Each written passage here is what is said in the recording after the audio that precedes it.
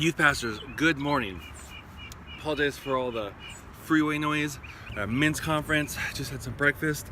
And I'm sitting at breakfast and I overhear a conversation between these three older dudes. And I overhear it because the one guy, he's sitting back, he's got his chest kind of puffed up and he's he's not yelling, but like I'm across the courtyard and I hear this guy very vehemently,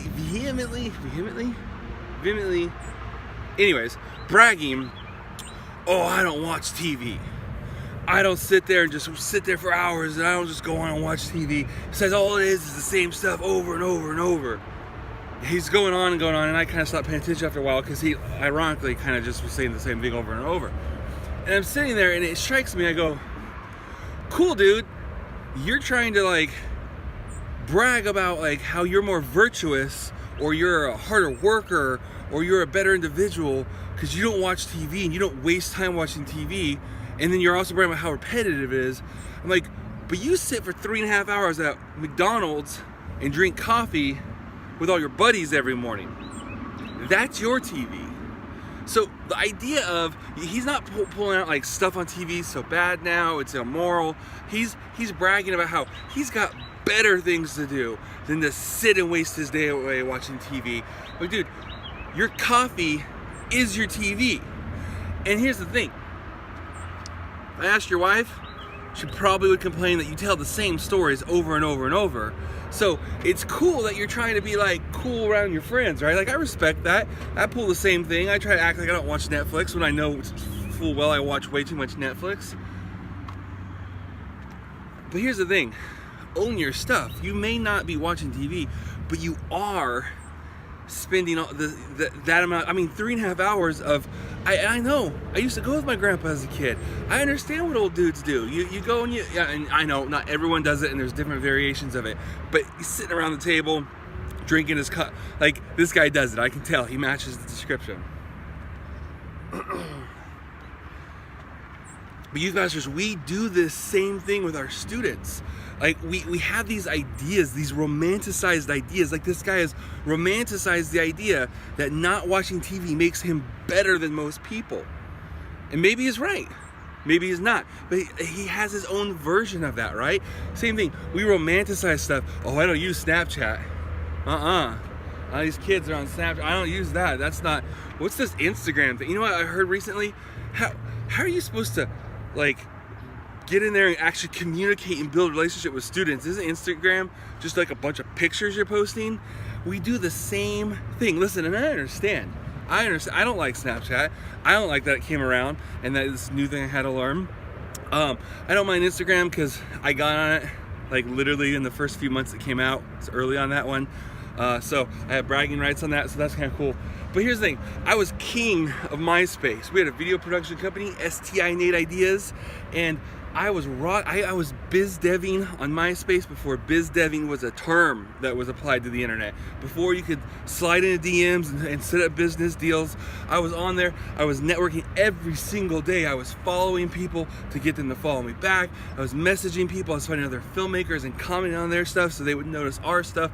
I was doing this every day, morning and night most times. And I didn't have a cell phone. There were no smartphones.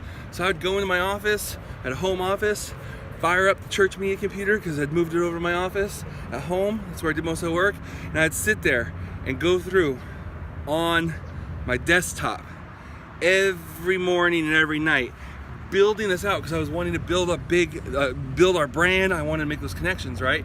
You want to connect with students. So you have to go where the students are and you have to contextualize where the students are. So I understand, look, I get it.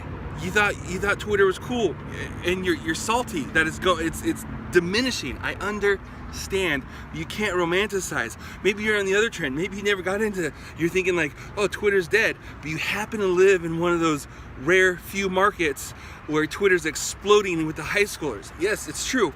Pay attention. There are certain high schools where Twitter is exploding, and if that's your market, you need to be on Twitter, even if you think it's dead. Here's the thing, you cannot sit on Facebook and Twitter and say, this is where I'm comfortable, this is what I understand. Instagram, you can't really communicate, you can't really dive in with students, and Snapchat thing, oh, that's dangerous. Youth pastors shouldn't be on that. We're not doing this thing because you shouldn't be on there.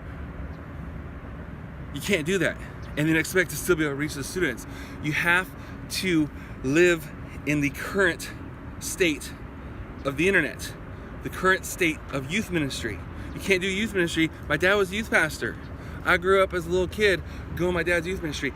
I cannot recreate my dad's youth ministry that I grew up under, that I love so much. It's not the current state of youth ministry. I can't preach on just the same topics. Now, obviously, the word's the word, but I'm talking about like the particular topics of the day. He youth pastored. He was the CHP in LA. He talked about gang stuff. We had students who were involved in that stuff. That would not go over well in my youth ministry. I do not have gang member students. I do not have gang member risks out. I'm out in the country, out in Richmond, Virginia. That's not an issue. I can't go in and build the same platform that he did. I have to operate in the current state of youth ministry, in my town's current state of youth ministry.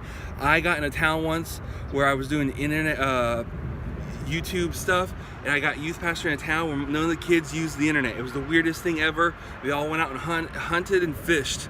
Most of them were like, none of them had Facebooks. They still had MySpace. This is after MySpace was long gone, long dead. This was like 2010. It was weird. I had to adapt.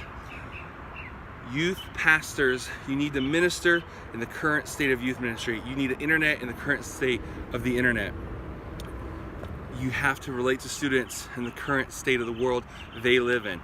If you can't get your students, if you're posting on your Facebook page every day, encourational scriptures, videos you're producing, little devotionals, you're putting flyers out for events, and no one's seeing them, and no one's coming, and no one's responding, and they're on Snapchat, and you won't go there, you're losing, and you're gonna keep losing. And here's the thing, you're probably gonna change your mind about the time Snapchat's gone. Maybe you've heard Snapchat's dead. Wrong. Snapchat is dead with old guys like you, youth pastor. All the old people have migrated over to Instagram because y'all hated Snapchat, myself included. And as soon as Instagram copied the features, all the old people, 25, 30 and up, ran over there. The teenagers and the junior hires are still on Snapchat, and it's better than ever because all the old dudes trying to market their crap to them are gone. It's still just, it's a marketplace of teenagers interacting with genuine interactions. Yes, it's different. No, you can't just throw up that little photoshopped flyer for your next youth event on there and expect to get 13 new kids to come to it. Learn it. Think of it as a language. You wouldn't go in as a missionary into a new country and expect everyone, why won't they just learn the English and come to my church? You would learn the culture, you'd learn the language. You've got to do the same thing with these apps, man. You have a lot of junior hires, particularly trying to reach junior hire girls. Why aren't you on Musical.ly? I don't care what you say about it. There's millions and millions of 7, 8, 9, 10, 11-year-old girls on there, primarily. Millions upon millions. And here's the thing, I'm on there. I'm posting my artwork, I'm doing my drawings, and I'm getting questions asked. I got your online youth pastor on there. I get questions asked all the time. I get 8, 9, 10, 11-year-old girls asking, hey, I'm thinking of having sex with my boyfriend. What does the Bible say about that? Is it okay? I'm a Christian, I go to church, but how? Or, hey, I'm a Christian, I go to church, but I feel like maybe I might be gay, but I don't think they're gonna accept me if I say it. What do I do? How do I respond? What does the Bible say? And I'm able to respond through messages, through putting out public videos as responses. I'm on there drawing, guys, doing time-lapse videos of drawings. And then because I've said who I am and what I am, the Lord's using it and I'm having ministry opportunities. My students, my older high school students make fun of me and say, Musical.ly's dead, that popped, it's gone, it's dead. It's not. They're making the same mistakes you guys are. I got 16, 17, 18-year-olds laughing at me for being on Musical.ly, it's dead, it's out. It's not. They're not on it. Just like the 30 and up aren't on Snapchat anymore. Doesn't mean it's dead. The high schoolers are on it. The other one. So you get the point. I gotta go. We gotta get this men's conference. You get the point. Live in the current state of the world you're currently living in. Figure out your ministry and put in the work to understand. How do you know what they're on? Spend time with them. Don't fill out some survey and have them and ask. Actually spend time to figure it out and experiment. Don't be afraid to test and experiment. Don't be afraid to go onto the Apple store every single morning or the Google Play Store and download all the apps, the popular apps. I'm playing around with TBH right now, and that's Saraha or whatever one, and a few of them, because I don't know, maybe they're gonna be the next thing.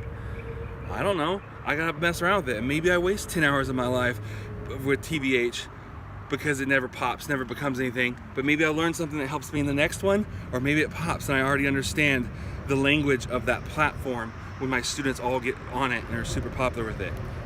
Peace out, guys.